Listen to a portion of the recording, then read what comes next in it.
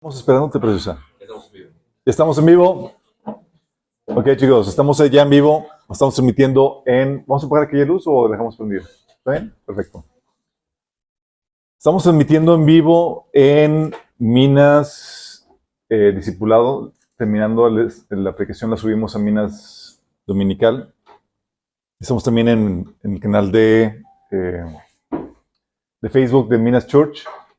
Y saludos a los de TikTok. También estamos en Instagram. Ok, chicos, vamos a comenzar con una oración. Sí. Oigan, sí saben que también podríamos transmitir en vivo en Vimeo, pero ya sería todo demasiado celular. Ya se con ese 17 celulares. Sí, ya. Si me pesa el micrófono. Ya sería corbata de micrófonos. Oye, estaría bien, usar corbata por causa de los micrófonos. Buena idea. Ok, vamos a orar, chicos. Vamos a poner este tiempo en las manos de Dios. Amado Padre Celestial, te amamos, te alabamos, te bendecimos. Te damos tantas gracias, Señor, porque estás entre nosotros. Te pedimos que tu presencia, Señor, se siga moviendo entre nosotros, dándonos sabiduría, revelación, entendimiento acerca de la naturaleza humana, Señor. Y cómo podemos contrarrestar, Señor, esa naturaleza pecaminosa, esa naturaleza caída, Señor, con el poder de tu palabra y tu Espíritu Santo.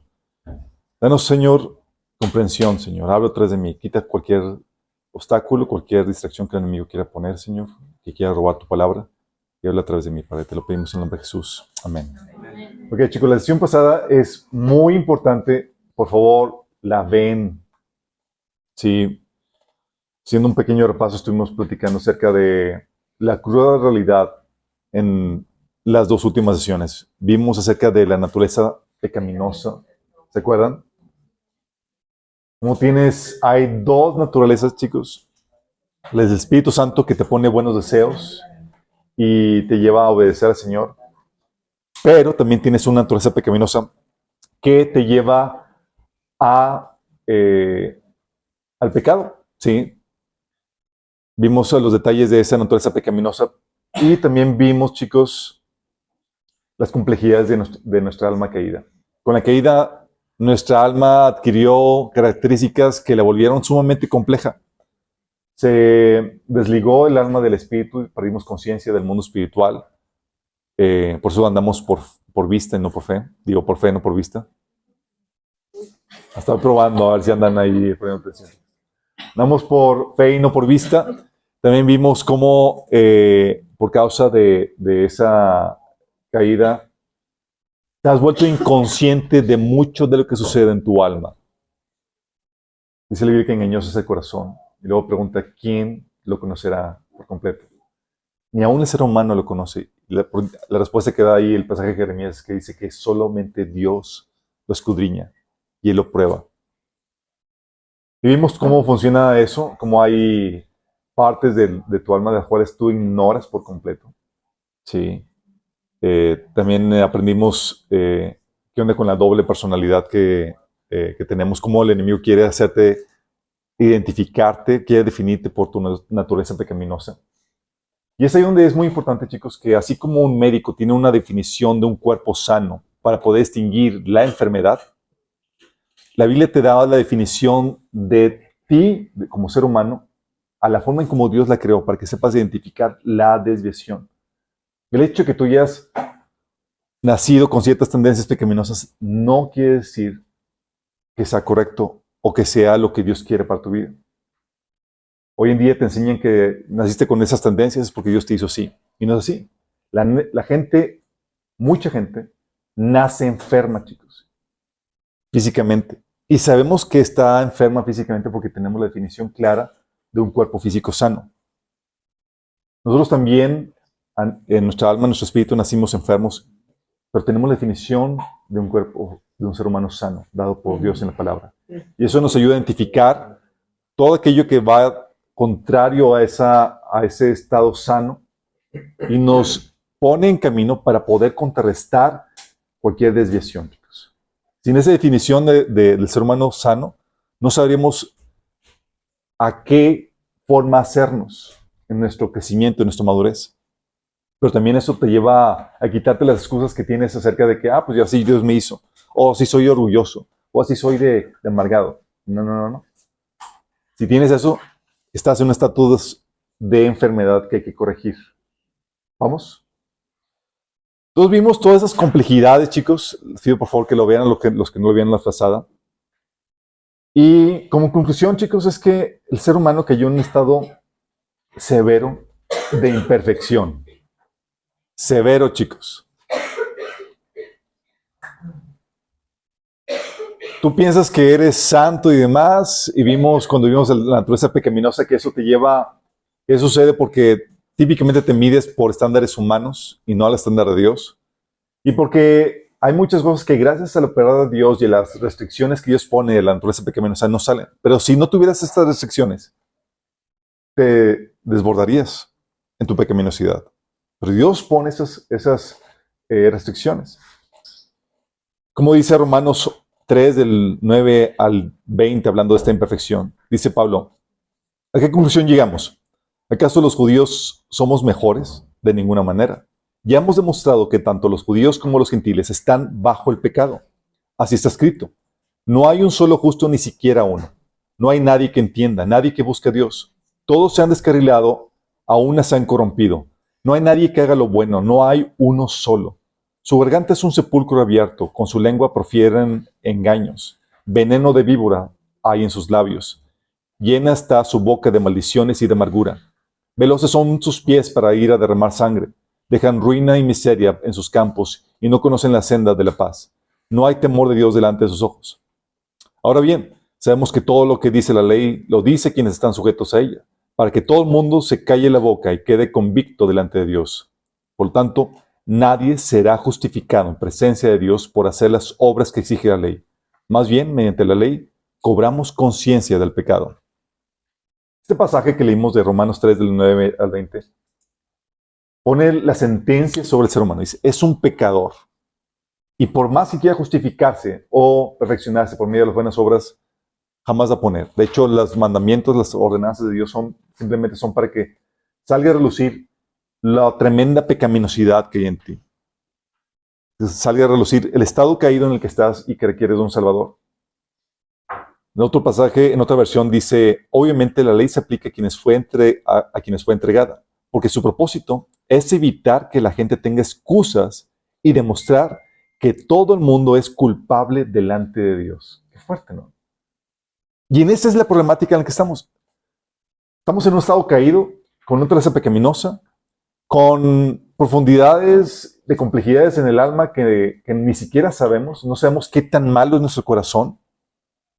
Dios tiene que pasarnos por pruebas para que salgan a reducir un montón de cosas que están desviadas y torcidas. Y estamos en una situación donde somos pecadores. Y dice aquí el pasaje que leímos, es para demostrar que todo el mundo es culpable delante de Dios.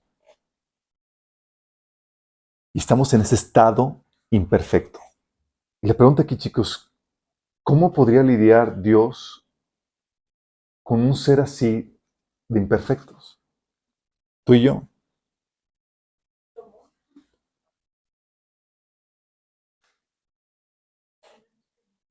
El ser humano, chicos, en su precaria situación, le dio a Dios una excelente oportunidad para mostrar su glorioso amor. En ese estado imperfecto, chicos, resultó ser la excelente oportunidad para que Dios pudiera manifestar lo glorioso de su amor, chicos. Pero tienes que entender esto, no es algo sencillo, así como que, voy yo a amar a este ser caído. No, porque Dios es fuego consumidor y no tolera el pecado en su presencia. Dice Hebreos 12:29, nuestro Dios es fuego consumidor. Jeremías 30:21 dice, ¿quién arriesgaría su vida para acercarse a mí? De hecho, dice 1 Timoteo 6:16 que Él vive en la luz inaccesible, a quien nadie ha visto ni puede ver. Por eso decía también cuando, ¿te acuerdas que Moisés le pidió a Dios que le permitiera ver su rostro? Y le dijo Dios en Éxodo 33, del 18 al 20, dice, no podrás ver directamente mi rostro, porque nadie puede verme y seguir con vida. ¡Qué fuerte! ¿Por qué? Porque en nuestro estado caído, si te presentas delante de Dios, tendría que emitir justicia y juicio inmediatamente, chicos. Y tendré que fulminarte, darte lo que mereces. Por eso, chicos, en su misericordia se alejó del ser humano. Eso lo vimos cuando vimos el tema del templo. Su presencia se ha manifestado distante y limitada por misericordia, chicos. Por misericordia. Por eso tuvo que alejarse del ser humano. Cada uno por eso dice Apocalipsis 4:11, hablando de Dios el Padre, dice, cada uno de los 4 seres vivientes tenía 6 alas y estaba lleno de ojos por fuera y por dentro. Día y noche no cesaban de decir, Santo, Santo, Santo es el Señor, Dios Todopoderoso, el que era, el que es, y el que ¿qué? El que ha de venir. ¿Cómo que ha de venir? Pues ¿cuándo se fue? En la caída, chicos. Y va a volver a venir a vivir con el ser humano, como dice la Biblia en Apocalipsis 21:3, que Él va a ser morada de nueva cuenta con el ser humano. Dios el Padre. Y está hablando aquí de Dios el Padre, chicos. ¿Sí? Por eso se tuvo que instaurar el templo, chicos. El templo se convirtió en el lugar donde se podría retener, concentrar y mantener la presencia de Dios sin peligro para el ser humano. ¿Te acuerdas? La presencia de Dios es peligrosa y se tenía que mantener resguardada porque si se trataba inapropiadamente la presencia de Dios, tú querías fulminado. De hecho, también por eso los sacerdotes y demás tenían campanitas y demás para saber que estaban vivos cuando hacían su trabajo adentro. Sí. Decía Éxodo 25:8, haz que los israelitas me construyan un santuario para que yo habite en medio de ellos. Es como, ¿cómo atraemos la presencia de Dios que trae bendición, que trae bienestar al ser humano sin que ocasione la muerte del ser humano imperfecto? La solución era el templo, chicos. Un lugar donde Dios iba a poder estar ahí en medio del pueblo de Israel con las medidas necesarias para que el hombre no muriera en el trato con la presencia de Dios. Por eso la manifestación parcial de la presencia ha avanzado conforme avanza la redención, chicos. Vimos en el Antiguo Testamento la presencia de Dios limitada, parcialmente en el templo, como leímos.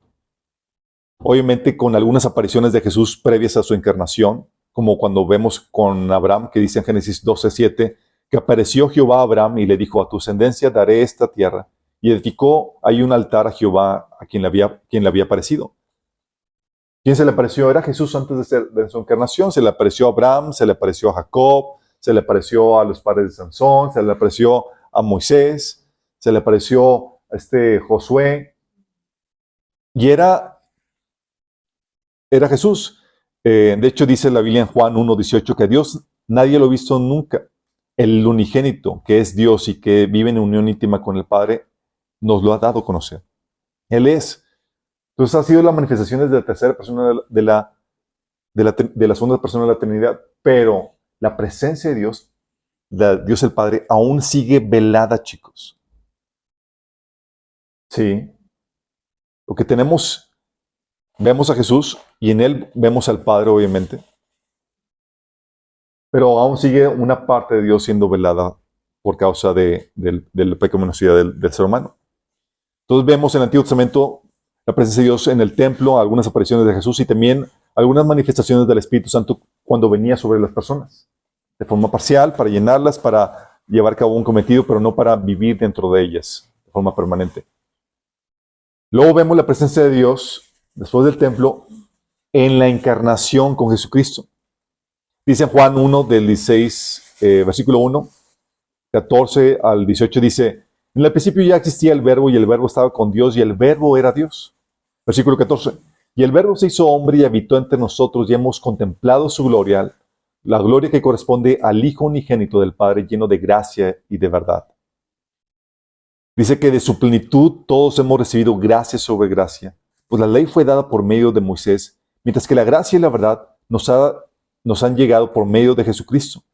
A Dios nadie lo ha visto nunca, el Hijo unigénito, que es Dios y que vive en unión íntima con el Padre, nos lo ha dado a conocer. Aquí vemos a Dios mismo encarnado y dándose a conocer, chicos, a nuestra vida. Por eso cuando Felipe le dijo, en Juan 14, del 8 al 10, Señor, dijo Felipe, muéstranos al Padre, y con eso nos basta. Pero Felipe, tanto tiempo llevo ya entre ustedes y todavía no me conoces. El que me ha visto a mí ha visto al Padre. ¿Cómo puedes decirme, muéstranos al Padre? ¿Acaso no crees que yo estoy en el Padre y el Padre está en mí? Las palabras que yo les comunico no las hablo como cosa mía, sino que es el Padre que está en mí el que realiza sus obras. Y es que tú veías en Jesús la esencia del Padre, conocías su naturaleza, su carácter, cómo es. Pues Jesús estaba siendo un reflejo del Padre. En ese sentido, si veías a Jesús, veías al Padre, pero ver directamente al Padre físicamente, eso solo es posible en un estado de perfección que solamente se obtiene al completarse nuestra redención, chicos. ¿Vamos?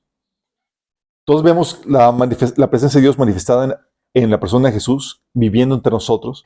Y luego, cuando consumó la redención por el ser humano, vino la presencia del Espíritu en el ser humano para vivir dentro del ser humano. Por eso cuando resucitó Jesús, en Juan 20, del 19 al 23, dice que al atardecer de aquel primer día de la semana, estando reunidos los discípulos a puerta cerrada por temor a los judíos, entró Jesús y poniéndose en medio de ellos, los saludó. Acto seguido sopló sobre ellos y les dijo, reciban del Espíritu Santo. Inmediatamente, restaurando la presencia de Dios en el ser humano, ya una vez que la redención fue efectuada. Por eso dice la Biblia que en 1 Pedro 2:5 que ustedes son las piedras vivas en las cuales Dios edifica su templo espiritual. Y 1 Corintios 13 dice que no se dan cuenta de que ustedes juntos son el templo de Dios y que es el Espíritu de Dios el que vive en ustedes. Porque somos el templo ya. Dios ha restaurado eso. Pero la presencia del Padre se va a restaurar, chicos, cuando ya se haya eliminado por completo toda rebelión y todo pecado. Por eso dice en Apocalipsis 21, del versículo 2 al 4. Vi además la ciudad santa, la nueva Jerusalén que bajaba del cielo, procedente de Dios, preparada como una novia hermosamente vestida para su prometido. Oí una potente voz que provenía del trono y decía, aquí, entre los seres humanos, está la morada de Dios. Él acampará en medio de ellos y ellos serán su pueblo. Dios mismo estará con ellos y será su Dios. Él enjuagará toda lágrima de los ojos, y no habrá muerte, ni llanto, ni lamento, ni dolor, porque las primeras cosas han dejado de existir. Y en el siguiente capítulo dice, ya no habrá maldición. El trono de Dios y del Cordero estará en la ciudad, sus siervos lo adorarán, lo verán cara a cara y llevarán su nombre en la frente. Aquí, chicos, vamos a ver a Dios el Padre cara a cara. La presencia de Dios restaurada por completo. El acceso a Dios ya sin ningún velo. ¿Sí? ¿Y se das cuenta cómo estuvo avanzando la restauración de la presencia de Dios hasta la culminación final que es esta? Por eso Dios se alejó por misericordia, chicos, y se ha venido acercando al ser humano cada vez más conforme el trabajo de redención, la obra de redención va avanzando. Y en su omnisciencia, chicos, el sacrificio de Jesús ya estaba ordenado desde antes de la fundación del mundo. Dice Apocalipsis 13:8 que adoraron a la bestia todos los que pertenecen a este mundo, aquellos cuyos nombres no estaban escritos en el libro de la vida, que pertenece al Cordero, que fue sacrificado antes de la creación del mundo. ¿Cómo que sacrificado antes de la creación del mundo, chicos? Ya se había tomado la decisión desde antes, chicos. Para Dios ya era un hecho.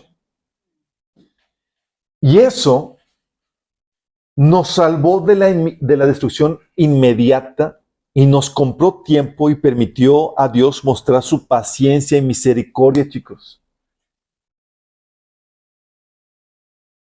Dice Romanos 3, del 25 al 26. Fíjate lo que dice, escucha. Que ese sacrificio muestra que Dios actuó con justicia cuando se contuvo y no castigó a los pecados a los que pecaron en el pasado. Oye, ¿por qué Dios se contuvo y no castigó inmediatamente al ser humano, dándole instrucción? Dice, ese sacrificio, el sacrificio de Jesús, muestra que Dios actuó con justicia cuando se contuvo y no castigó a los que pecaron en el pasado, porque miraba hacia el futuro y de ese modo los incluiría en lo que llevaría a cabo en el tiempo presente. Era por causa de lo que Jesús iba a hacer, chicos, que el Señor se retenía de darle el castigo inmediato al ser humano, chicos. Nos compró tiempo. y le permitió a Dios mostrar paciencia y misericordia. Por eso dice Romanos 5, del 20 al 21, en lo que atañe a la ley, éste intervino para que aumentara la transgresión. Pero ahí donde abundó el pecado, sobreabundó la gracia. A fin de que, así como reinó el pecado en la muerte, reine también la gracia que nos trae justificación y vida eterna por medio de Jesucristo nuestro Señor. Oye, ¿cómo es que Dios podíamos ser tan paciente con el ser humano tan pecador y tan... Era porque Dios estaba viendo la obra de redención que iba a ser por medio de Jesús, desde antes.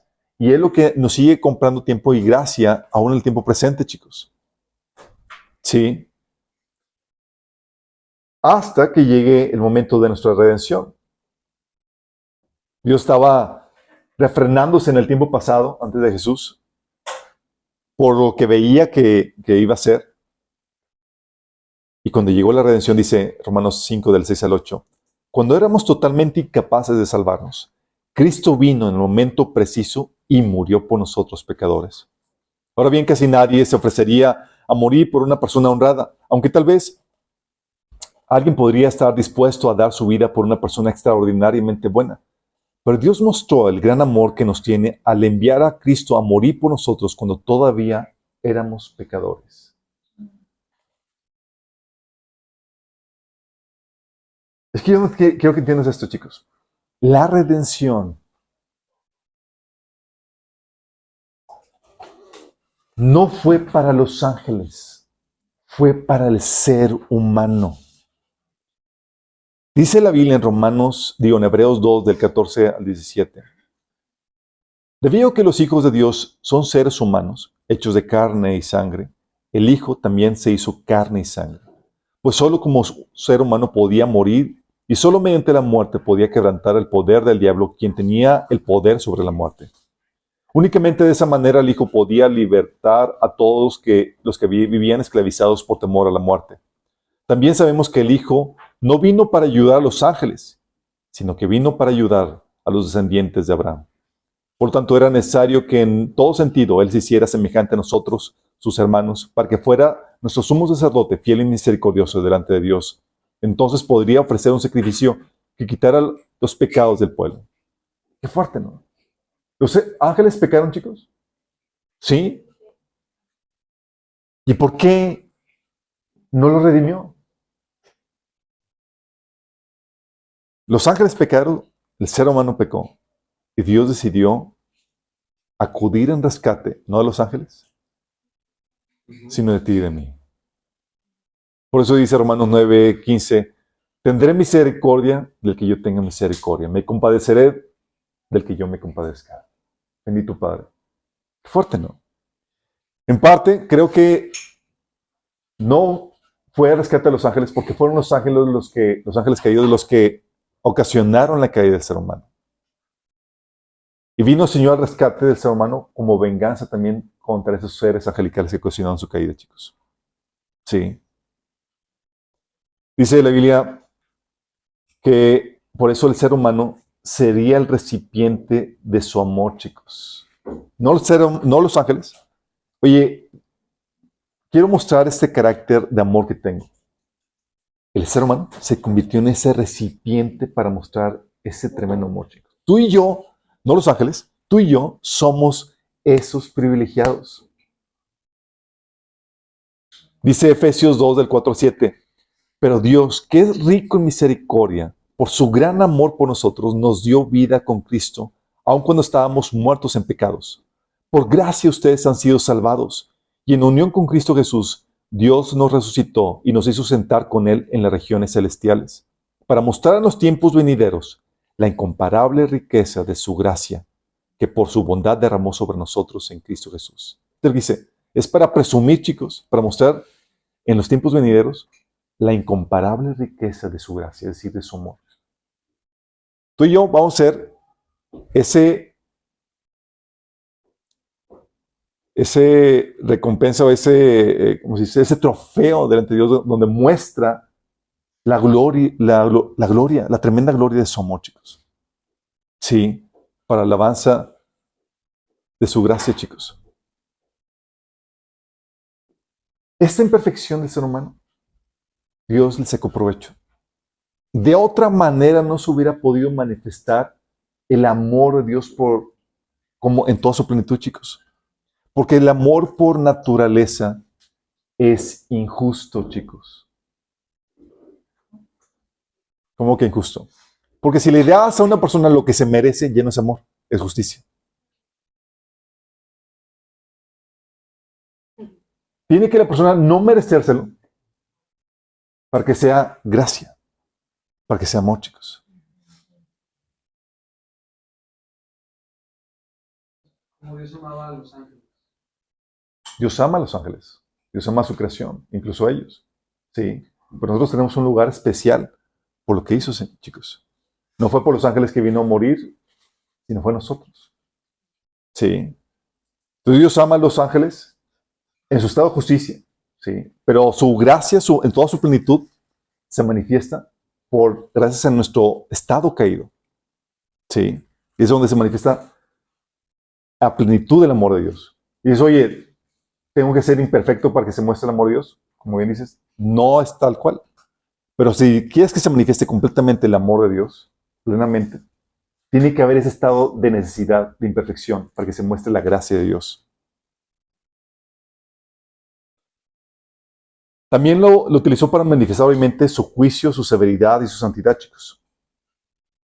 Dice Romanos 9:22, ¿y qué si Dios, queriendo mostrar su ira y dar a conocer su poder, soportó con mucha paciencia a los que eran objeto de su castigo y estaban destinados a destrucción?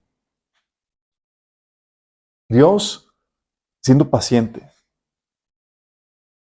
a los que iban a ser objeto de su castigo y estaban destinados a destrucción.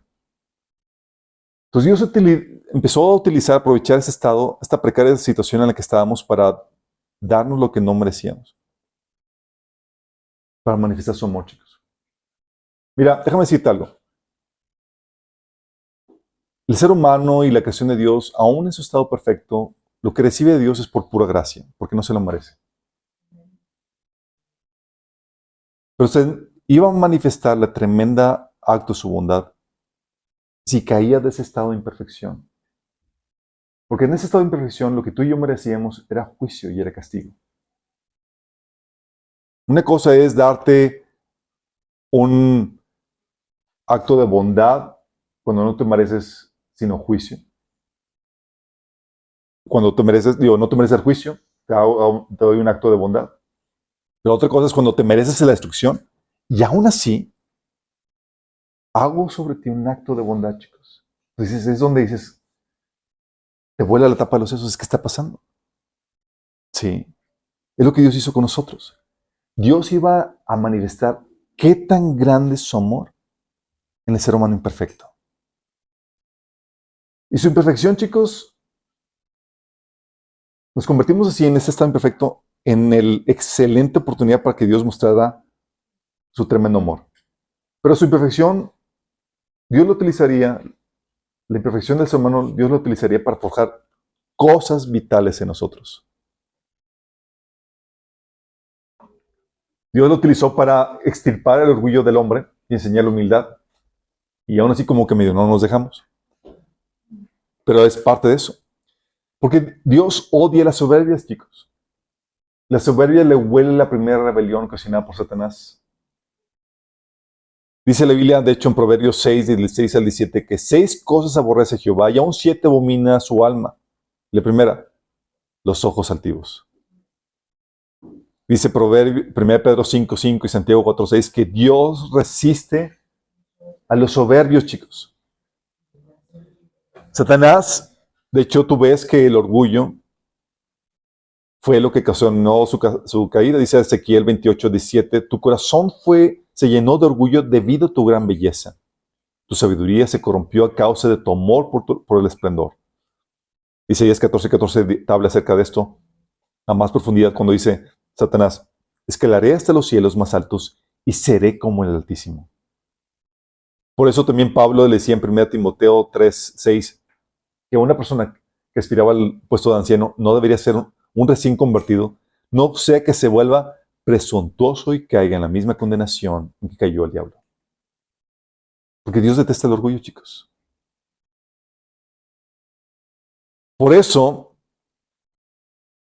Jesús cuando nos contó una parábola acerca de los fariseos y del pecador, ¿se acuerdan? El fariseo, el pecador y el recaudador de impuestos, el fariseo y el recaudador de impuestos, dice en Lucas 18, del 9 al 14.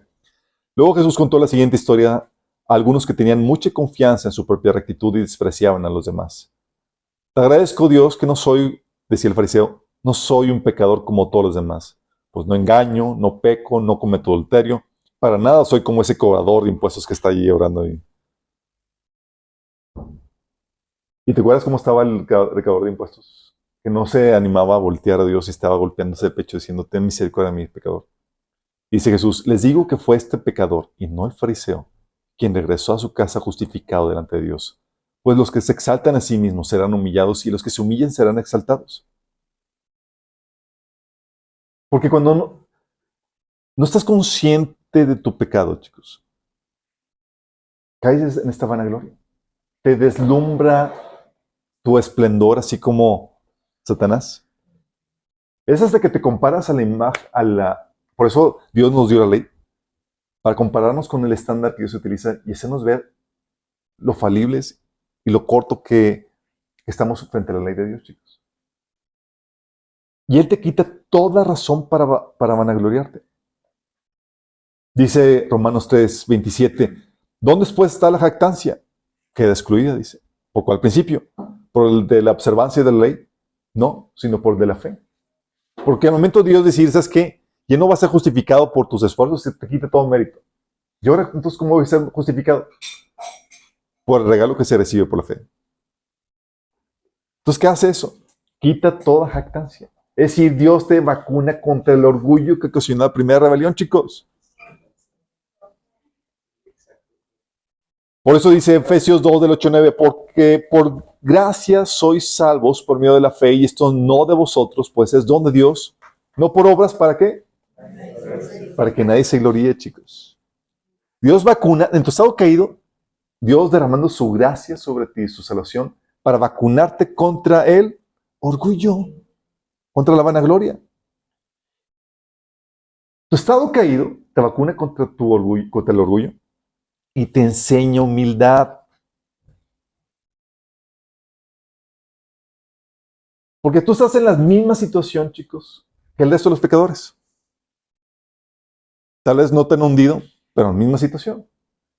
Dice, por ejemplo, aún el liderazgo espiritual, hablando del sacerdote en Hebreos 5, del 2 al 3, dice que el sacerdote puede tratar con paciencia a los ignorantes y extraviados, ya que él mismo está sujeto a las debilidades humanas. Por tal razón se ve obligado a ofrecer sacrificios por sus propios pecados, como también por los del pueblo. Tiene que ser que paciente con los ignorantes y extraviados. ¿Por qué? Porque está sujeto a las mismas debilidades humanas. Por eso, como tiene las mismas debilidades, el Señor te reviste, cuando comprendes esto, de humildad. Cuando comprendes esto y no se te olvida. Eso te lleva a corregir con humildad a tu prójimo. No como si fueras una persona perfecta que no tiene las mismas debilidades. Gálatas 6:1 dice, hermanos, si alguno fuere sorprendido en alguna falta, vosotros que sois espirituales, restauradle con espíritu de mansedumbre, considerándote a ti mismo, no sea que tú también seas tentado. O sea, no llegues con tu hermano en un plan soberbio como si tú fueras exento, sino como con mansedumbre, con humildad, chicos. Te enseña a no verte mejor que los demás. Y esto implica un grado de madurez. Filipenses 2:3 dice que no hagan nada por egoísmo o vanidad, más bien con humildad consideren a los demás como superiores a ustedes mismos. Porque, chicos, el proceso de madurez te lleva a una mayor comprensión en cuanto a tu pecado, en cuanto a cuán malo es tu pecado y qué tan malo eres sin Dios. Conforme tú vas creciendo en madurez, te debes estar cayendo en el 20 de esto. Por eso, Pablo, hacia el final de su ministerio, decía en 1 Timoteo 1:15, la siguiente declaración es digna de confianza y todos deberían aceptarla. Cristo Jesús vino al mundo para salvar a los pecadores, de los cuales yo soy el peor de todos. Y dices, ¿qué onda con esto? Dices, Pablo, porque conforme vas avanzando el proceso de madurez, tú vas entendiendo mejor la santidad de Dios y mejor tu pecaminosidad. Te va cayendo el 20 de tu precaria situación, de qué tan malo eres sin Dios. Y es ahí donde Dios te salva del fracaso. Porque te reviste de humildad en tu situación, en tu condición imperfecta, chicos. Dice Proverbios 16, 18, 1 Corintios 10, 12, que el orgullo va delante de la destrucción y la arrogancia antes de la caída. Por eso tu estado imperfecto, el estar consciente de eso, te vacuna contra el orgullo y te debe de revestir de humildad. Si no te reviste de humildad es porque no te ha caído el 20 de cuál es tu condición y cuál es la santidad de Dios. ¿O se te ha olvidado? También Dios lo utiliza para enseñarnos misericordia y perdón, chicos. Porque da la misma misericordia que sabes que tú también necesitas. Mateo 18:33, ¿te acuerdas? En la parábola del mal siervo que no quiso perdonar a su consiervo cuando él recibió el perdón de su Señor. Dice, ¿no deberías tú también tener misericordia de tu consiervo como yo tuve misericordia de ti? Por eso la negociación del Señor es sencilla. Si tú no perdonas, yo no te perdono. ¿Ya ve quién pierde más? Marcos 11:25 dice, cuando estén orando, primero perdonen a todo aquel contra quien guarden rencor, para que su Padre que está en el cielo también los perdone a ustedes sus pecados. Porque, chicos, Dios está enseñándonos misericordia, porque nosotros requerimos misericordia y el perdón de Dios, el Señor nos enseña a otorgar a los demás. Por eso cuando la gente dice, es que no puedo perdonarlo, es que no estás consciente de tu maldad. No estás consciente de tu situación. Tú debes estar humillado, clamando por el perdón del Señor. Y tu deuda sobrepasa por mucho lo que te hayan hecho a ti. Dices, es que yo no he hecho cosas tan malas. No, tal vez no. Tal vez lo que te han hecho a ti es peor. Pero el hecho de que tú hayas pecado contra Dios ya te arruinó. Porque el pecado enorme que hayan hecho contra ti no es nada comparado con tu pecadito chiquito hecho contra Dios.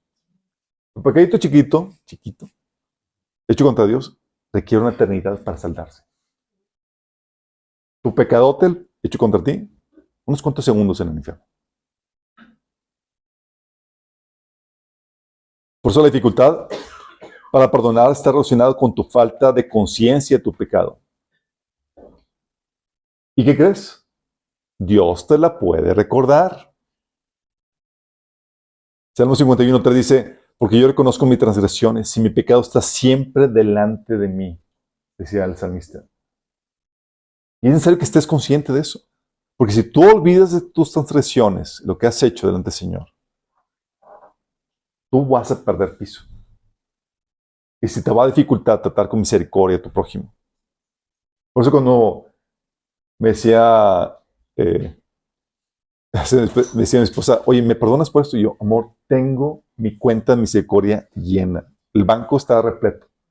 Porque he recibido demasiado de parte de Dios. Sí. Además, necesito que alguien más peque contra mí porque tengo... La casa invita.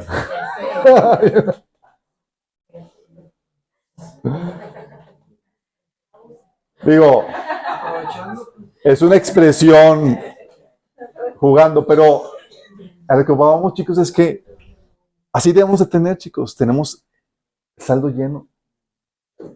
Sí, porque la gracia que recibimos de Dios así enorme y Él llenó tu cuenta.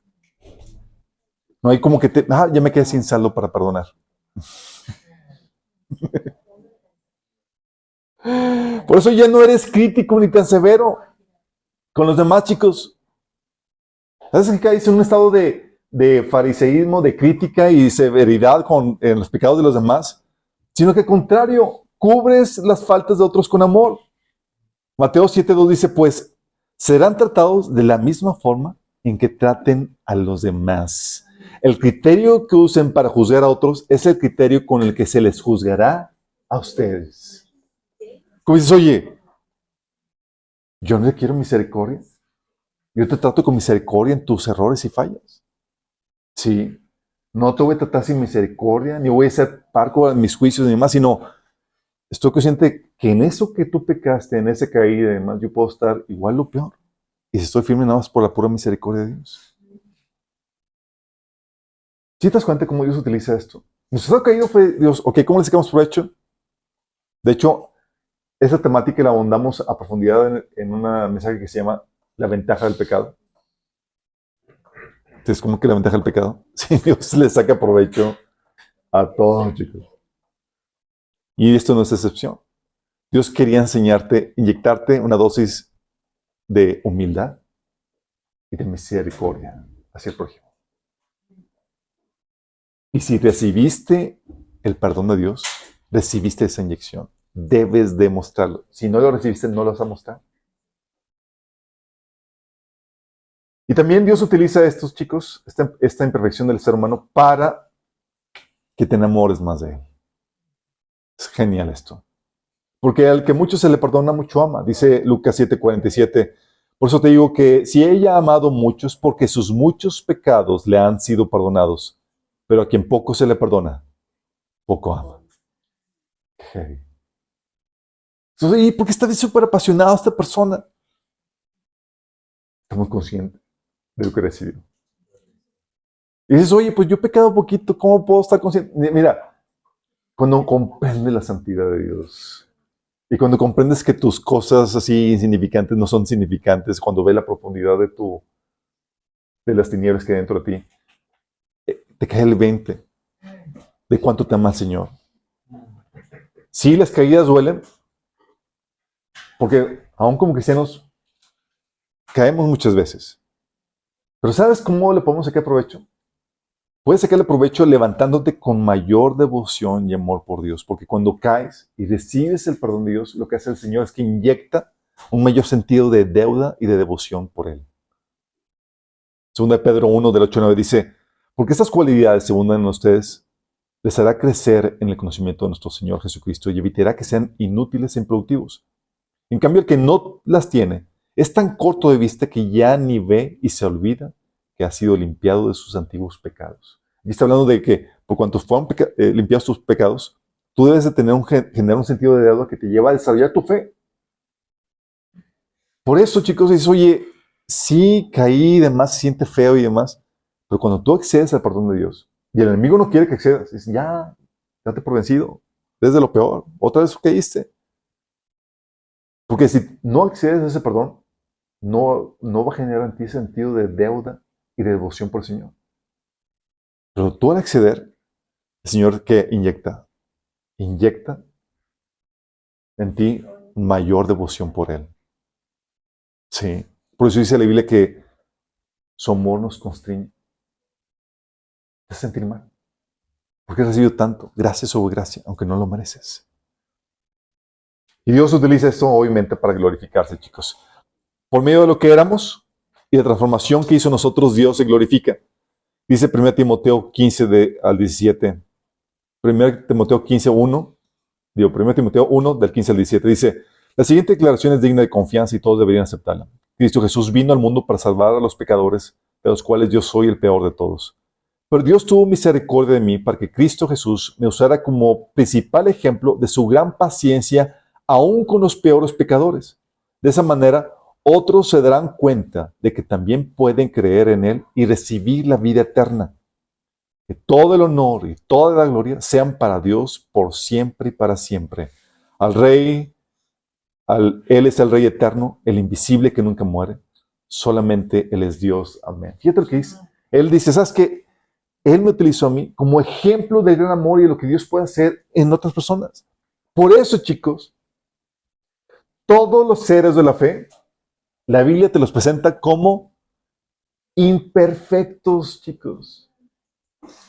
Y eso es un gran alivio para todos nosotros.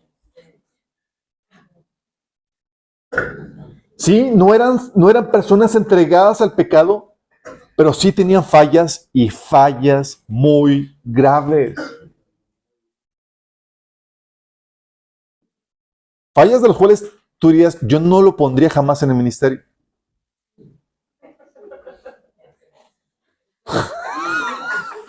¿Es en serio? O sea, imagínate, estás leyendo el currículum de Moisés. A ver, necesitamos a un ministro ahí que pastorea el pueblo. Currículum, homicida.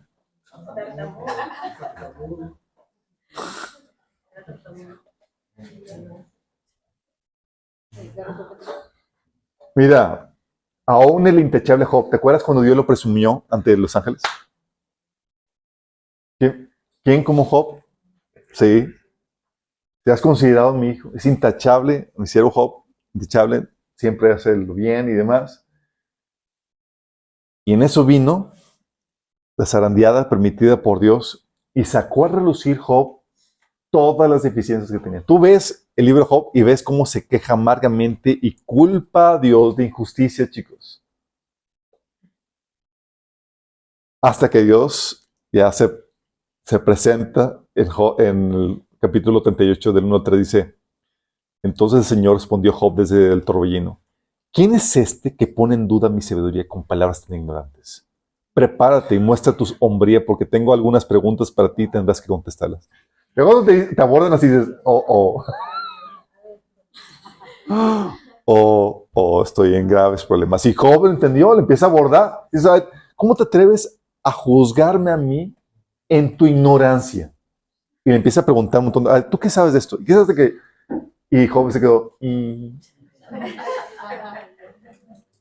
Job tuvo que contestar en el capítulo 42 del 3 al 6. Tú preguntaste, ¿quién es este que pone en duda mi sabiduría con tanta ignorancia? Soy yo. Y hablaba de cosas sobre las cuales no sabía nada. Cosas demasiado maravillosas para mí. Tú dijiste, escucha y yo hablaré. Tengo algunas preguntas para ti y tendrás que contestarlas. Hasta ahora solo había oído de ti, pero ahora te he visto con mis propios ojos. Me retracto de todo lo que dije y me siento en polvo y ceniza en señal de arrepentimiento. Qué heavy. Aún el intachable Job. Y la Biblia presenta como falto, pero con la actitud correcta, chicos. Sí. Aún el padre Abraham. ¿Sabes lo que hacía Abraham? Algunas de sus fechorías, ¿se acuerdan?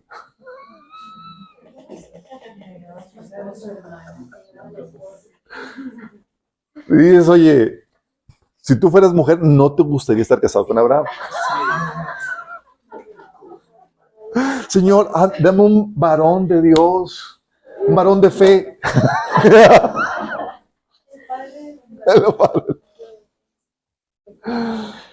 Él llegaba con su esposa y le decía, Génesis 12, del 2 al 3, estoy seguro de que cuando te ven los egipcios dirán, es su esposa. Entonces a mí me matarán, pero a ti te dejarán con vida. Por favor, di que eres mi hermana para que gracias a ti me vaya bien y me dejen con vida. Lo hizo una vez, lo hizo otra vez con Abimelech.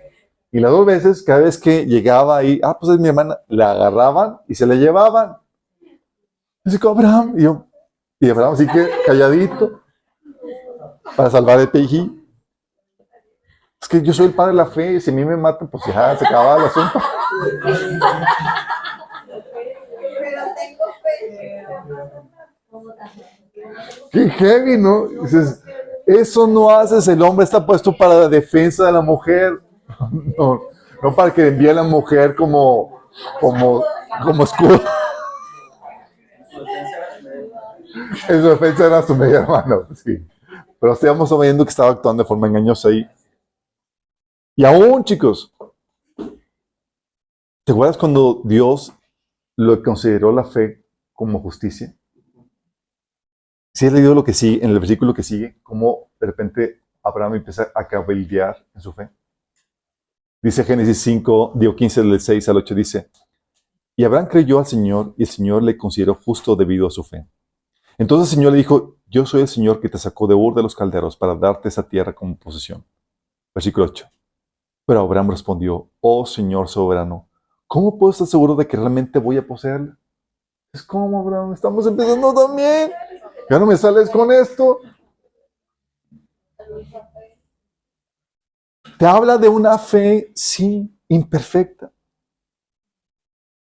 De un ser humano imperfecto, a veces con sus dudas. Y luchaba contra ellas. Y Dios lo consideró. Aún en sus cabildeos, chicos. En Génesis 16, del 1 al 3 también ves cuando ya se cansaron de esperar y aceptó la famosa propuesta de su amada esposa. Y hoy, pues el Señor nos está ayudando, me ha hecho estéril, no viene el hijo prometido, toma mi sierva. Y ella me dijo, ¿seguro? Y Génesis 16, del 1 al 3 dice, Sara y la esposa de Abraham no le había dado hijos, pero como tenía una esclava egipcia llamada Agar, Sarai le dijo a Abraham, el Señor me ha hecho estéril, por tanto ve y acuéstate con mi esclava Agar, tal vez por medio de ella podré tener hijos. Y Abraham aceptó la propuesta que le hizo a Sarai. Ya sabemos todas las consecuencias desastrosas que vino por no haber sabido esperar al Señor. Tienes, por ejemplo, a Israel, chicos. Israel, ¿cómo era? Un estafador, un tranza. Esaú, ¿te acuerdas cuando le robó la bendición? Esaú en Génesis 26, 27, 36 dice, con razón su nombre es Jacob, exclamó Esaú, porque ahora ya me ha engañado 2 veces. Primero tomó mis derechos de hijo mayor y ahora me robó la bendición.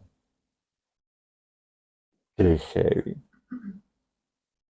Y luego se le devolvió, chicos, ¿te acuerdan? Con su suegro.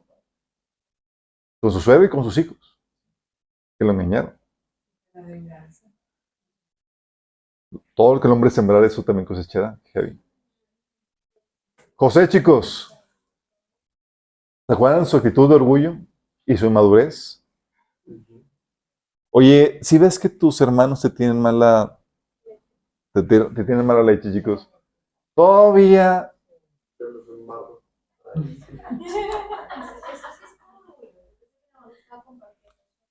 habla de orgullo e inmadurez, sí. Que habla de, o sea, ves que está la situación mal y todavía dice, préstenme atención que les voy a contar lo que he soñado.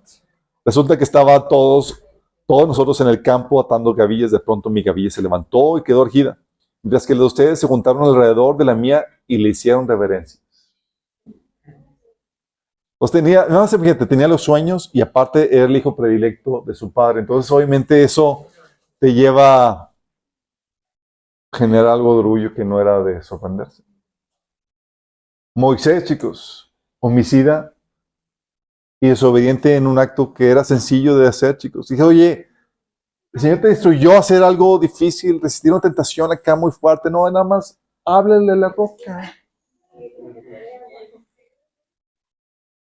Y él en su enojo dice, a ver, ¿cómo le dijo? Dice, el Señor le dijo, números 20 del 7 al 11, el Señor le dijo, Moisés, toma la vara y reúne a la asamblea y en presencia de esta tú y tu hermano le ordenarán a la roca que dé agua. Así harán que de ella brote agua y darán de beber a la asamblea y a su ganado. Tal como el Señor se lo había ordenado, Moisés tomó la vara que estaba ante el Señor. Luego Moisés y Aarón reunieron a la asamblea frente a la roca y Moisés dijo, escuchen rebeldes, ¿acaso tenemos que sacarles agua de esta roca? Dicho esto, levantó la mano y 2 veces golpeó la roca con la vara y brotó agua en abundancia, de la cual bebieron la asamblea y su ganado.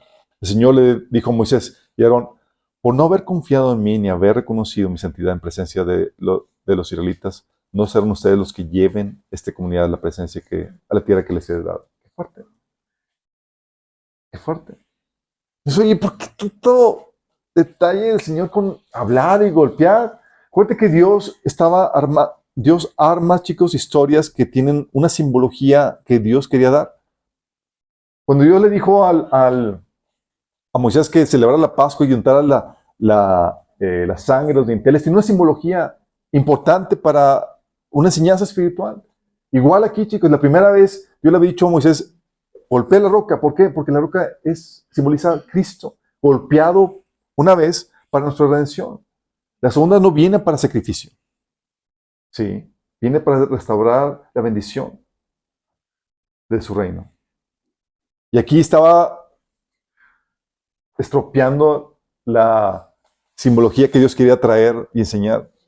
Y el Señor dijo, ay. Y obviamente, pues sabes que Moisés mató a un egipcio en Éxodo 2, del 11 al 12. Sí.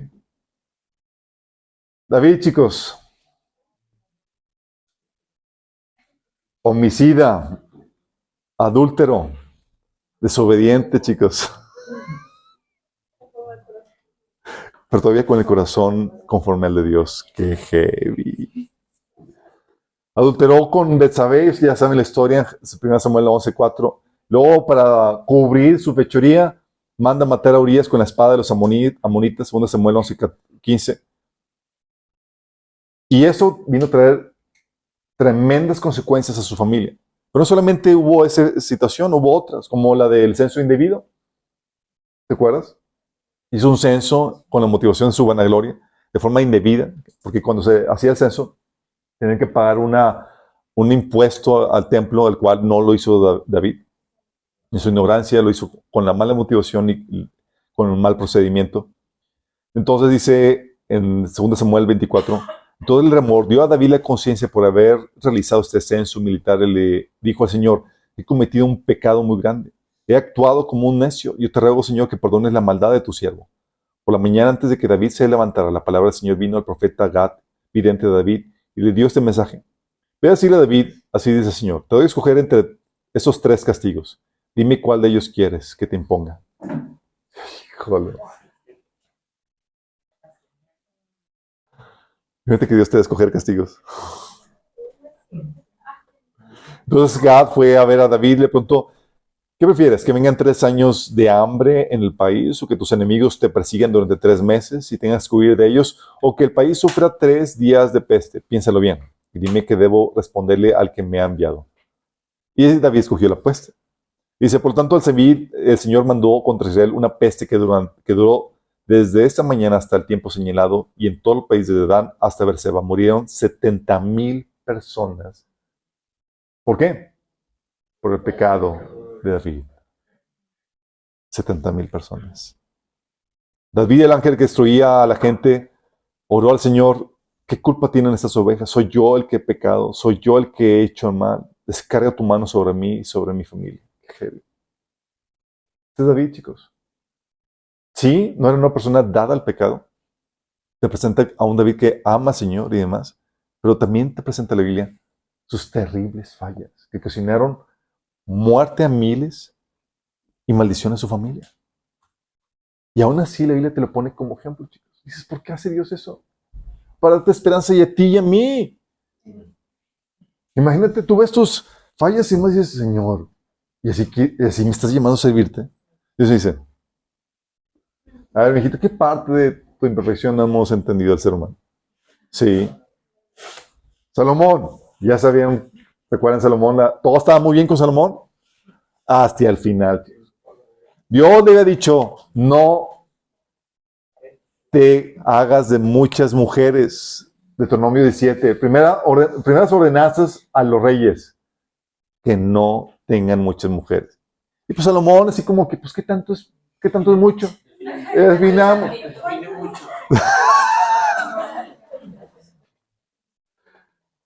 ¿Qué tanto es mucho?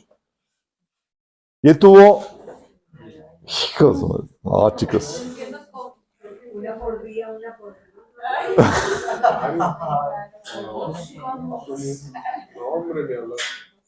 Números 11 del 1 al 11 dice, ahora bien, además de casarse con la hija del faraón, el rey Salomón tuvo amoríos con muchas mujeres moabitas, amonitas, edomitas, sidonitas, hititas.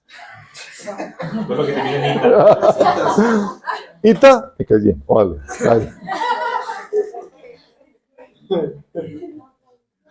Todas ellas mujeres extranjeras que procedían de naciones de las cuales el Señor había dicho a los israelitas, no se unan a ellas, ni ellas a ustedes, porque de seguro los desviará del corazón para que sigan a otros dioses. Con tales mujeres unió Salomón y tuvo amoríos. Tuvo 700 esposas que eran princesas y 300 concubinas. Todas ellas mujeres hicieron que se pervirtiera su corazón. En efecto, cuando Salomón llegó a viejo, sus mujeres le pervirtieron el corazón, de modo que él siguió a otros dioses y no siempre fue fiel al Señor su Dios como lo había sido su padre David. Por el contrario, Salomón siguió a Astarte, diosa de los sidonios, a Moloc, detestable dios de los amonitas. Así que Salomón hizo lo que ofende al Señor y no permaneció fiel a él como su padre David. Fue en esa época cuando en una montaña al este de Jerusalén, Salomón edificó un altar para Quemos, el detestable dios de Moab, y a otro para Moloc, el detestable dios de los amonitas. A estos dioses, chicos, se les rendía culto matando bebés. Lo mismo hizo en favor de las mujeres extranjeras para que éstas pudieran quemar incienso y ofrecer sacrificios a sus dioses. Entonces el Señor, Dios de Israel, se enojó con Salomón porque su corazón se había apartado de él, a pesar de que en 2 ocasiones se le había aparecido y le había prohibido que siguiera a otros dioses. Como Salomón no había cumplido esa orden, el Señor le dijo: ya que procedes de este modo y no has cumplido con mi pacto ni con los decretos que te he ordenado, puedes estar seguro de que te quitaré el reino y se lo daré a uno de tus siervos. Heavy. Afortunadamente, hacia el final se arrepintió. De hecho, tú ves el último libro que escribió Salomón, Eclesiastés, ya mostrando remordimiento y arrepentimiento ante lo que hizo. Pero sí, este es el gran siervo de Dios, chicos, el famoso Salomón. Elías, deprimido y amedrentado por una mujer.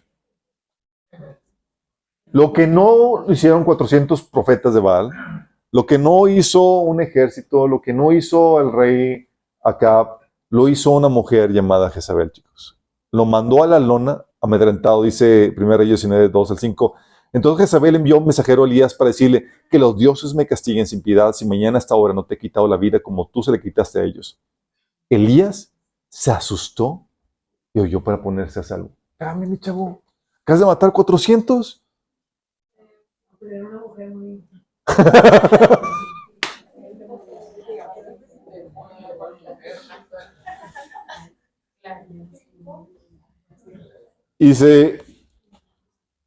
Y caminó todo un día por el desierto y llegó donde había un arbusto y se sentó a su sombra con ganas de morir. Estoy harto, Señor, protestó, quítame la vida, pues no soy mejor que mis antepasados. Qué depre.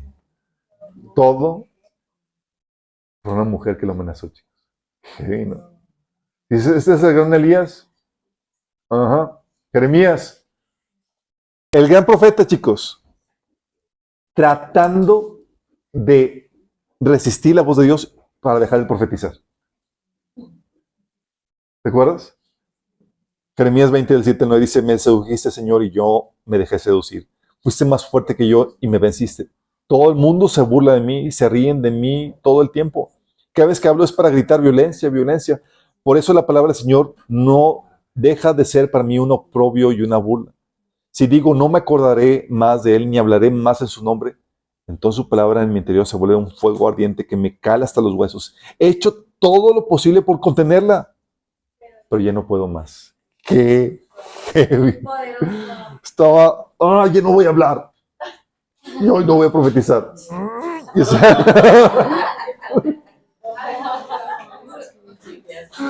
Y era así, ya déjame en paz. ¡Qué heavy! Pedro, chicos. Ay.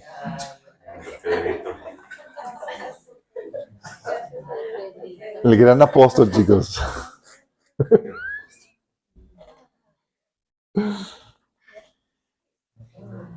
Negando a Cristo, chicos. El Señor le dijo en Mateo 14, del 30 y 72. Te digo la verdad, Pedro, porque te acuerdas que Pedro le ha dicho: Señor, yo estoy dispuesto a ir contigo aún hasta la muerte. Y Jesús le dijo: te digo la verdad, Pedro, esta misma noche, antes de que cante el gallo 2 veces, negarás 3 veces que me conoces. Y se cumplió tal cual. Al instante un gallo cantó por segunda vez. Pedro se acordó de lo que Jesús le había dicho. Antes de que cante el gallo por segunda vez, me negarás 3 veces. Y se echó a llorar. Gracias a Dios tuvo la actitud correcta. Se arrepintió, chicos. Sí. Y aún discriminando gente. ¿Te imaginas a Pedro así elitista, así como que: ay, no me voy a juntar contigo porque eres incircunciso? ¿Te imaginas Pedro así? Así le hizo. Gálatas 2 del 11 al 13. Fíjate, oye, no me junto contigo porque eres mexicanito. O sea, no es jodido. Algo así. Dice, pero cuando Pedro llegó a Antioquía tuvo que enfrentarlo cara a cara porque él estaba muy equivocado en lo que hacía. Cuando llegó por primera vez, Pedro comía con los creyentes gentiles, quienes no estaban circuncidados. Pero después, cuando llegaron algunos amigos de Santiago, Pedro no quiso comer más con los gentiles. Tenía miedo a la crítica de los que insistían en la necesidad de la circuncisión. Como resultado, otros creyentes judíos imitaron la hipocresía de Pedro e incluso Bernabé se dejó llevar por esa hipocresía. Fíjate. O sea, le decían, Pedro, vente, aquí hay lugar para la... No, ya. Pedro, te trajimos taquitos de trompo.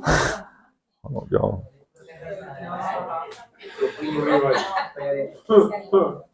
yo nada de cerdo. Igual Bernabé, discriminando gente, se unió al desvío de Pedro. ¿Y qué decir de Pablo, chicos? ¿Pablo qué tenía? Problemas de orgullo, chicos. Segunda de Corintios 12, del 7 9 dice, para evitar que me volviera presumido por estas sublimes revelaciones, una espina me fue clavada en el cuerpo, es decir, un mensajero de Satanás para que me atormentara. Esta espina, chicos, este aguijón en la carne, ¿para qué era? Para mantenerlo humildito, chicos, para evitar que perdiera piso. 3 veces le rogué al Señor que me lo quitara, pero Él me dijo, te basta con mi gracia, pues mi poder se perfecciona en la debilidad. No te lo puedo quitar. Haz uso de mi gracia. No puedo quitártelo porque si no pierdes piso. Heavy. ¿Ves todos ellos y dices, órale? La única persona de la cual no dice nada malo la Biblia es Daniel. Pero no porque sea perfecto, chicos. Sino porque él escribió su libro.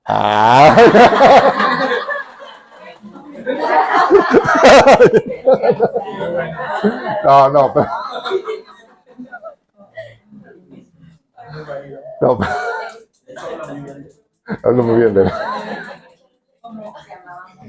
Moisés que dice que... Sí, de hecho. Pero no fue por eso, chicos. No, Daniel no se habla nada más de él, pero eso no significa que no sea sin pecado, chicos. Sí. Porque habla del grado de integridad a la que una persona puede llegar, pero no la perfección que el Señor demanda. Sí. Porque, déjame aclararte esto, Dios no espera perfección, pero sí madurez y humildad. No perfecto, pero sí maduro. Hay un grado de madurez que se espera para el liderazgo en la iglesia, chicos. En Hebreos 5, del 11 al 14, se reclama esta madurez a gente que llevaba ya un buen de años, chicos. Decía el autor, nos gustaría decir mucho más sobre ese tema, pero es difícil de explicar, sobre todo porque ustedes son torpes espiritualmente y tal parece que no escuchan. Hace tanto que son creyentes que ya deberían estar enseñando a otros. En cambio, necesitan que alguien vuelva a enseñarles las cosas básicas de la palabra de Dios. Son como niños pequeños que necesitan leche y no pueden comer alimento sólido. Pues el que se alimenta de leche sigue siendo bebé y no sabe cómo hacer lo correcto. El alimento sólido es para los que son maduros, a los que a fuerza de práctica están capacitados para distinguir entre lo bueno y lo malo. Fíjate, no estaba demandando perfección, pero sí madurez, chicos. 1 Corintios 3, del 1 al 3, también Pablo les reclama a la iglesia de Corintios de que no pudo tratarlos como maduros, sino como niños espirituales. Esto es madurez, chicos, no perfección. Pablo me decía con respecto a la perfección en Filipenses 3:12. Dice, no es que ya lo haya conseguido todo o que ya sea perfecto. Sin embargo, sigo adelante esperando alcanzar aquello por el cual Cristo Jesús me alcanzó a mí. ¿Qué tanta perfección puedes alcanzar? No hay límite, chicos. En la gracia de Dios, en su palabra, tú puedes seguir creciendo hasta llegar así casi la par de la de Jesús. Pero no a la perfección, en el sentido de que no sin tener algo más que corregir. Porque dice primera Juan 1:8 que si afirmamos que no tenemos pecado, nos engañamos a nosotros mismos y no tenemos la verdad. Por eso hay un grado de madurez que se espera. Y menciona Pablo este tipo de madurez, empieza a dar características de gente madura cuando habla la descripción de los líderes. Dice, o de los siervos de Dios, dice en 2 Timoteo 2, del 24 al 26, y un siervo del Señor no debe andar peleando, más bien debe ser amable con todos, capaz de enseñar y no propenso a irritarse. Así, humildemente debe corregir a los adversarios con la esperanza de que Dios les conceda el arrepentimiento para conocer la verdad. Fíjate cómo está hablando de características de madurez. Es una persona bondadosa, humilde, que no se irrite con facilidad. Es cierto, en la Biblia vas a encontrarte la palabra perfección, que te dice que Jesús, por ejemplo, que sean perfectos como mi Padre es perfecto. Pero la Biblia, ese término, en el contexto bíblico, se utiliza como sinónimo de madurez, chicos. Sí, Santiago 1:4 por eso dice, bien saben que cuando su fe es puesta a prueba, produce paciencia, pero procuren que la paciencia complete su obra para que sean perfectos y cabales sin que les falte nada. Hablando de este crecimiento, desarrollo, de esta madurez que se desarrolla. Santiago 3:2 dice, porque todos ofendemos muchas veces, pero si alguno no ofende en palabra, este es varón perfecto, capaz también de refrenar todo el cuerpo. Sí. Hablando de esta madurez para refrenar tu palabra. No que seas perfecto en el sentido que ya no tengas fallas. ¿Sale? No tienes que ser perfecto, pero sí tienes que ser humilde. Mira, si te proteges tras la fachada de perfección, vas a ser desechado por Dios. Dice Proverbios 28:13, quien encubre su pecado jamás prospera. Quien lo confiesa, lo deja, halla perdón. Y tienes que entender que nuestra gloria, chicos, no es nuestra perfección, sino nuestra redención. Por eso, el que se gloría, gloríese en el Señor. Dice Pablo en 1 Corintios 1, del 3 al 31. Pero gracias a Él, ustedes están unidos a Cristo Jesús, quien Dios ha hecho nuestra sabiduría. Es decir, nuestra justificación, santificación y redención, para que, como está escrito, si alguien ha de gloriarse, que se gloríe en el Señor. Por eso también decía en Romanos 4, del 1 al 3, porque si Abraham fuese justificado por las obras, tiene que gloriarse, pero no para con Dios. Porque ¿qué dice la Escritura? Creyó Abraham a Dios y le fue contado por justicia. El Señor no espera perfección, chicos, espera madurez. No tienes que ser perfecto, pero sí tienes que ser humilde para conocer tus fallas, tu condición. Debes tener la humildad para recibir la reprensión y reconocer tu error. Pedro no era perfecto, pero era humilde para conocer la reprensión de un hermano en Cristo, chicos. Todos los grandes héroes de la fe que vimos, te los presenta la Biblia como personas imperfectas, pero con la actitud correcta para arrepentirse cuando se les mostraba la falla. Todos. Y a los que no, por ejemplo, Saúl, que veías que se le mostraba la falla y él seguía defendiendo su integridad y su apariencia perfecta ante el pueblo. Le decía a Samuel, pero tú honrame ante la gente. No digas nada aquí. Pero tú ves a Pedro, por ejemplo, reprendido en público. Y digo, a Pedro, por Pablo. Y él aceptó la reprensión. No se resintió, chicos. Por eso cuando ves ahí que habíamos leído que se apartó de los incircuncisos, cuando llegaron los de la circuncisión, dice Pablo en Gálatas 2:14, cuando vi que ellos no seguían la verdad del mensaje del Evangelio, le dije a Pedro, delante de todos los demás, imagínate eso, delante de todos los demás, que te reprendan a ti público. Déjame decirte esto, no reprendas la Biblia te enseña a reprender a la persona en privado, excepto cuando son líderes. Cuando son líderes, como ellos son modelo a seguir o ejemplo a seguir, tienen que darse la reprensión pública cuando es un acto público que vieron para hacerle ver a la gente que no deben de seguir ese ejemplo. ¿Me explico? Si cuando vi que ellos no seguían la verdad del mensaje del evangelio, le dije a Pedro delante de todos los demás, si tú que eres judío de nacimiento dejaste a un lado las leyes judías y ves como gentil, ¿por qué ahora tratas de obligar a estos gentiles a seguir las tradiciones judías? Y le empieza a reprender. ¿Se resintió Pedro? No. Atendió la reprensión, chicos. Tenía la actitud correcta. Por eso, en la carta de Pedro, él recomendaba las cartas de Pablo, aunque entre ellas estaba la de Gálatas.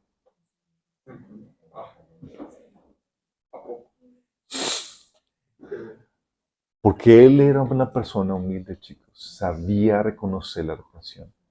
Y es lo que Dios quiere. Dios no está esperando tu perfección, que defiendas tu apariencia de perfecto.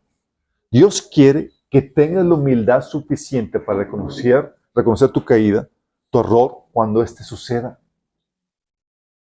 A Dios no le interesa que seas perfecto, le interesa que seas humilde. David, por ejemplo, tampoco era perfecto, pero era humilde para reconocer la reprensión de un siervo de Dios. ¿Te acuerdas? Le presenta a Natán, llega Natán a reprenderlo y dice, tú eres ese hombre, así dice el Señor, Dios de Israel. Yo te ungí como rey sobre Israel y te libré del poder de Saúl. Te di el palacio de tu amo y puse a sus mujeres en tus brazos. También te permití gobernar a Israel y a Judá. Y por si esto hubiera sido poco, te habría dado mucho más. ¿Por qué entonces despreciaste la palabra del Señor haciendo lo que le desagrada? Asesinaste a Urías elitita para apoderarte de su esposa. Lo mataste con la espada de los amonitas. Por eso la espada jamás se apartará de tu familia, pues me despreciaste al tomar la esposa de Urías elitita para hacerla tu mujer. ¿Cómo fue la respuesta de David? Versículo 13. He pecado contra el Señor, reconoció David ante Natán. Inmediatamente, chicos, sin poner ninguna barrera, sin poner ninguna excusa, su respuesta inmediata, he pecado contra el Señor. Y luego el Señor dice, el Señor ha perdonado ya tu pecado y no morirás. ¿Por qué? Dios espera que tengan la humildad. Somos seres imperfectos y tenemos que reconocer nuestras fallas. Y en teoría, hay entre nosotros la gracia suficiente para soportar esas fallas. Porque tú has recibido la gracia de Dios.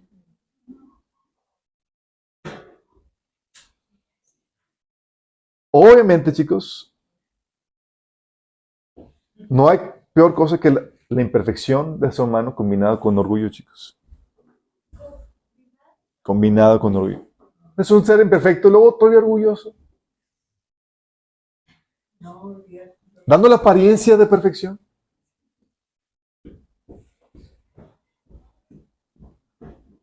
Y él dice que a los orgullosos, ¿Dios qué?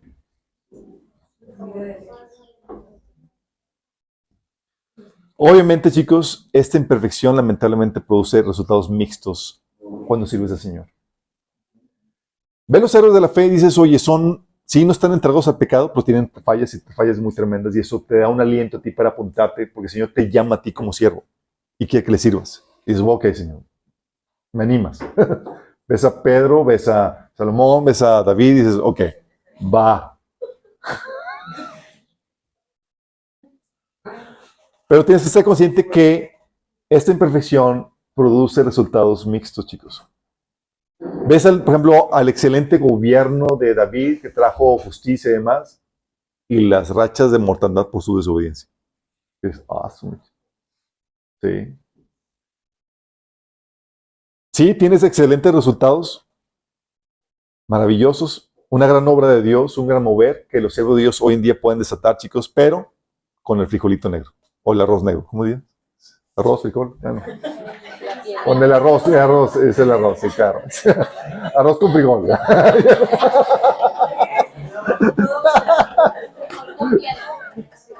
El frijol con piedra, así como la piedrita en el frijol.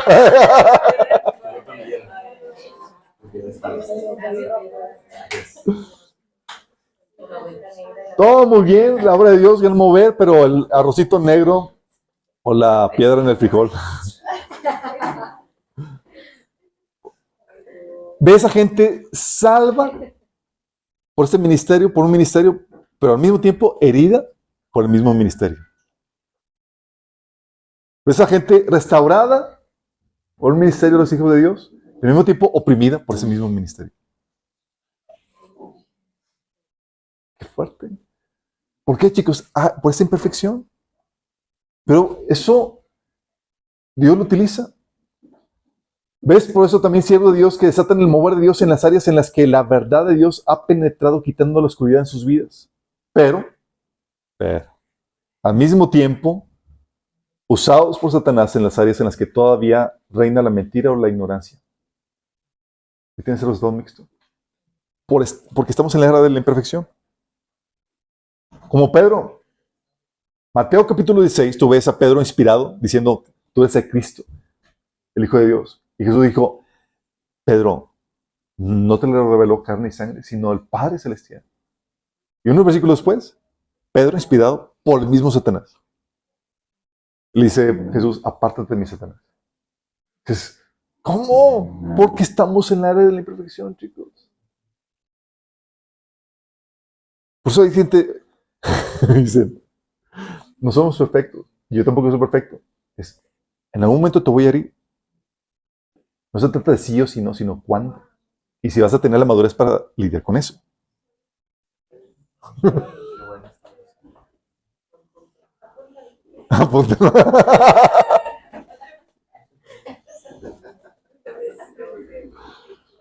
Ok, chicos. Tenemos un montón de problemáticas como seres humanos imperfectos. Tenemos ignorancia acerca del mundo exterior, ignorancia de la palabra de Dios. No sabemos lo que dice la Biblia acerca de todos los temas. Hay muchos temas de los cuales ignoramos. Por ejemplo, yo por ignorar el tema de las finanzas me encharqué hasta... Y se me ocurrió estudiarlo después de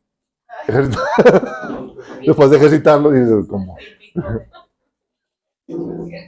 ¿Por qué me fue mal? Pues, ¿qué dice la Biblia acerca de esto? Y ya, pues ya. Violando tal principio. Pero también tenemos ignorancia del mundo, chicos. No sabemos con exactitud de los temas que criticamos o de los que hablamos. Pablo decía que si alguien alguien empieza a saber algo, solamente sabe una parte. Pero también tenemos ignorancia de nosotros mismos. Heridas que nos están afectando, de las cuales tú no te has dado cuenta. ¿Cuáles son? Ni siquiera te has dado cuenta de muchas heridas que hay dentro de ti. Y afectan, créeme, afectan tus comportamientos. Ahora estás hipersensible por esto, o andas medio rebelde, y resulta que era una raíz que estaba ahí y de la cual nadie sabía nada. Y hasta que Dios en algún punto lo secó. O formas de pensar equivocada. Que es hasta que el Señor cambia el chip y dice, no sabía que esto estaba mal en mi forma de pensar. O incluso motivaciones incorrectas, las cuales no sabes que están mal. O debilidades, chicos, con las que siempre vas a estar luchando, o con las que solo vamos a mantener cierto grado de control, como Pablo con el orgullo, que Dios tenía que ayudarle, porque si, y hasta el final, el aguijón en la carne, porque si no, y era una debilidad constante de Pablo. Por eso tenía que el Señor ayudarle con eso. Y por eso, chicos, somos como ese carro medio descompuesto, no le prende el foquito, o le falla un poquito el parabrisas, pero funcional. Lleva a cabo el cometido. No es perfecto, pero jala. Te mueve. Y Dios decide, chicos, usar este carro imperfecto que somos nosotros, con detallitos. Así como que, cada mañana amanece con la llanta desinflada. Y Dios tiene que venir órale. Sí. O está lloviendo y el parabrisas no funciona, pero... Recuerdo mi papá le había dado un carro a mi mamá que no le funcionó parabrisas. Y cuando llovía tenía que estar secando el brazo. No me cante. Vivimos aventuras, ¿verdad? Porque luego, secabas y luego pasaban los carros de lado y te chocaban todos.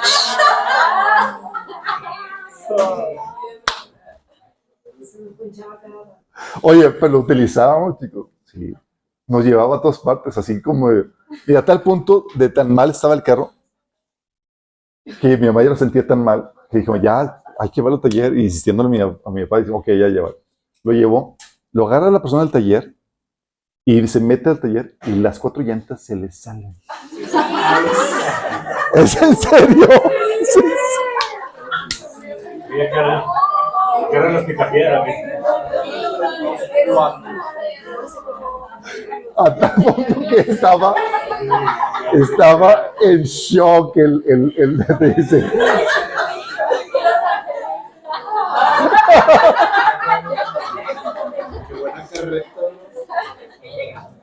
Chicos, pero se lo platico porque a veces sí estamos nosotros, chicos. Decimos, oye, todos a veces son malhechones ahí con detalles, con problemáticas, y Dios aún nos sigue utilizando, chicos.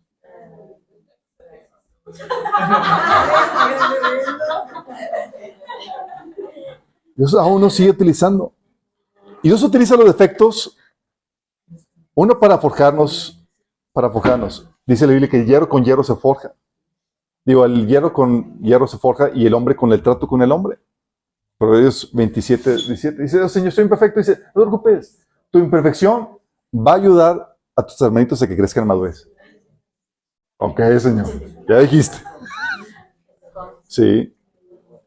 Por eso dice la Biblia en Efesios 4:2, sean siempre amables, humildes, sean pacientes unos con otros y tolérense las faltas por amor. Tus faltas te van a ayudar, van a desarrollar el amor en tu prójimo, en tus hermanos. Señor, como que no está desarrollando nada. Espérate. Sí.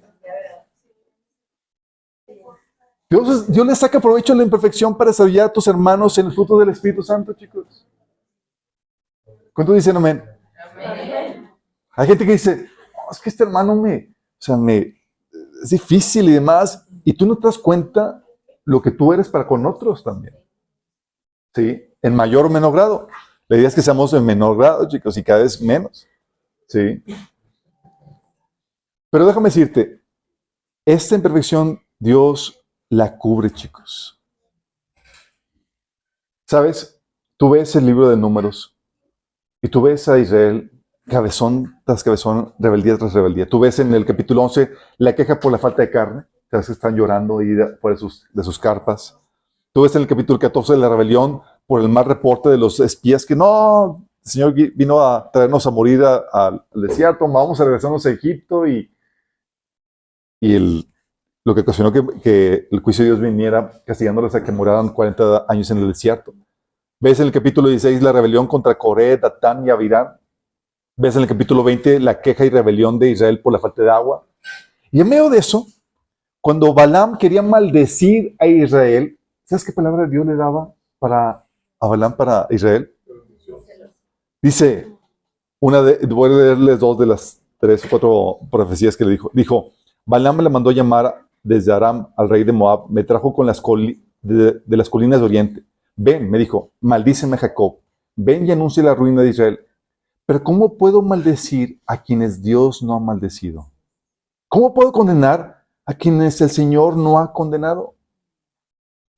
Yo leo esto y dice, si Balaam supiera todo lo que, la trayectoria, pero no es Dios el que está hablando.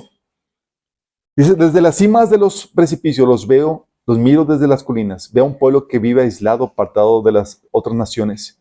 ¿Quién puede contar la descendencia de Jacob, tan numerosos como el polvo? ¿Quién puede contar siquiera una cuarta parte del pueblo de Israel? Permíteme morir con los justos, deja que mi vida acabe como la de ellos. Después de leer los primeros capítulos de Números, y luego leer esto, dices, ¿estamos hablando del mismo pueblo, Señor? Y luego todavía, Números 24, del 12 al 9, dice, entonces el Espíritu de Dios vino sobre él y le dio el siguiente mensaje. Este es el mensaje de Balaam, hijo de Beor, el mensaje del hombre cuyos ojos ven con claridad, el mensaje del que oye las palabras de Dios, del que ve una visión que proviene del Todopoderoso y se inclina con los ojos abiertos. Qué hermosas son tus carpas, oh Jacob. Qué bellos son tus hogares, oh Israel. Tú ves esto y dices, ¿qué estabas viendo, Señor, que nosotros no estábamos viendo? Y así Dios te ve a ti con toda tu imperfección. Te dices, wow, qué hermoso. Y tú, Señor, ¿really? Señor, hice algunas cosas que no te gustaron y el Señor, fascinado de amor, por ti. Dice, qué hermosas son tus carpas, oh Jacob, qué bellos son tus hogares, oh Israel. Se extienden ante mí como arboledas de palmeras, con jardines por la ribera. Son como altos árboles plantados por el Señor, como cedros junto a las aguas. Agua fluirá de sus cántaros, su descendencia tendrá todo lo que necesite. Su rey será más grande que Agag y su reino será exaltado. Dios los sacó de Egipto para ellos. Él es tan fuerte como un buey salvaje. Él devora las naciones que se le oponen. Quiebra sus huesos en pedazos y los atraviesa con flechas. Como un león, Israel se agazapa y se tiende como una león. ¿Quién se atreve a despertarla? Bendito todo el que te bendice, oh Israel, y maldito todo el que te maldice. ¡Wow! ¡Qué fuerte! Después de todo lo que hizo, Dios, ¿cómo los veía, chicos? Porque dice la Biblia que el amor, ¿qué? Cubre multitud de faltas. Porque lo que nos hace perfectos, chicos, es la obra de Jesús y la actitud de tu corazón en respuesta a esa obra. Dice la Biblia en Hebreos 10:14, porque con un solo sacrificio ha hecho perfectos para siempre a los que está santificando. ¿Te estás santificando? Todo no es perfecto en términos prácticos, pero delante de los ojos de Dios, por el sacrificio de Jesús, ya eres perfecto.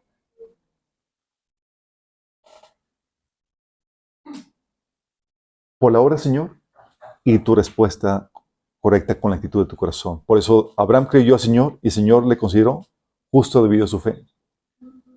Dios, chicos, ve más allá de la naturaleza pecaminosa hasta la esencia de nuestra voluntad. Él sabe que si hay una disposición para creerle y amarlo, el sacrificio de Jesús se hace efectivo en tu vida. Y tú vuelves perfecto ante sus ojos, aunque tengas todas tus fallas. Y así debemos cubrir nosotros los pecados de los demás, chicos. 1 Pedro 4:8 dice, sobre todo, ámense los unos a otros profundamente, porque el amor cubre multitud de pecados. Y esto, chicos, en medio de esta imperfección, en medio de este resultado mixto, Dios se glorifica, porque deja ver claramente que Él es el operando y llevándolo. O sea, llegamos con algo medio malanchón por el pecado, la imperfección, y todavía lo utiliza. Todavía Dios sana, salva, restaura. Dices, ¿nos está utilizando? Y Pablo dice, ahora tenemos esta luz que brilla en nuestro corazón, pero nosotros mismos somos como frágiles vasijas de barro que contienen este gran tesoro. Esto deja bien claro que nuestro gran poder proviene de Dios y no de nosotros mismos. No somos como ese carrito malenchón, sí, que fallas y demás, pero Dios hace maravillas por medio de ese carro. ¿Para qué? Para que se cuenta que la gloria no es del carro. No es porque fue un excelente carro el que está utilizando, no es porque es el excelente conductor el que está adentro. Es por lo que Dios hace, chicos. Dice Señor, pues aquí está, con todas mis fallas, pérdidas de tiempo, caídas, malas reacciones. Y dice, aquí, ok, yo soy el que lo utilizo y hace cosas hermosas para bendición de muchas personas más. Y así queda claro que es Dios, no nosotros. Dios le saca provecho a tu imperfección y Él se glorifica en medio de ella. Para Dios no es problema tu imperfección, chicos. Se va a acabar, es por tiempo limitado. ¿Sí? La idea es que tú seas perfectible, en el sentido que sigas avanzando en tu santificación, para que seas mejor usado.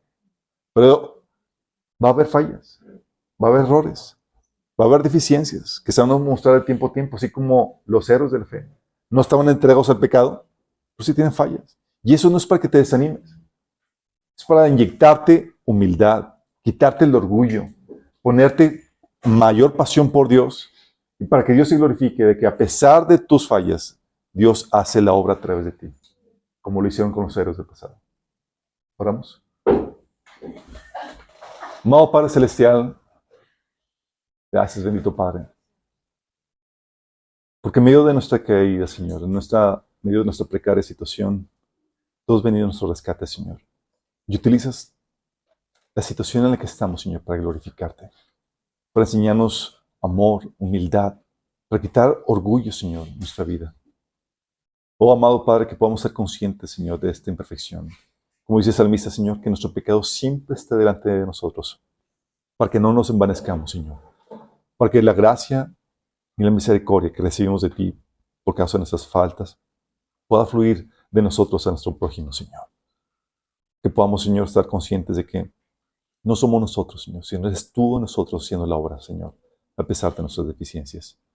Ayúdanos, Señor, a creer, Señor, más que nosotros, en ti, en la obra que tú haces en nosotros, Señor.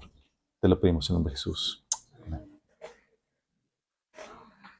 Amor, que es, no sé ahora, mi esposa va a guiarnos en una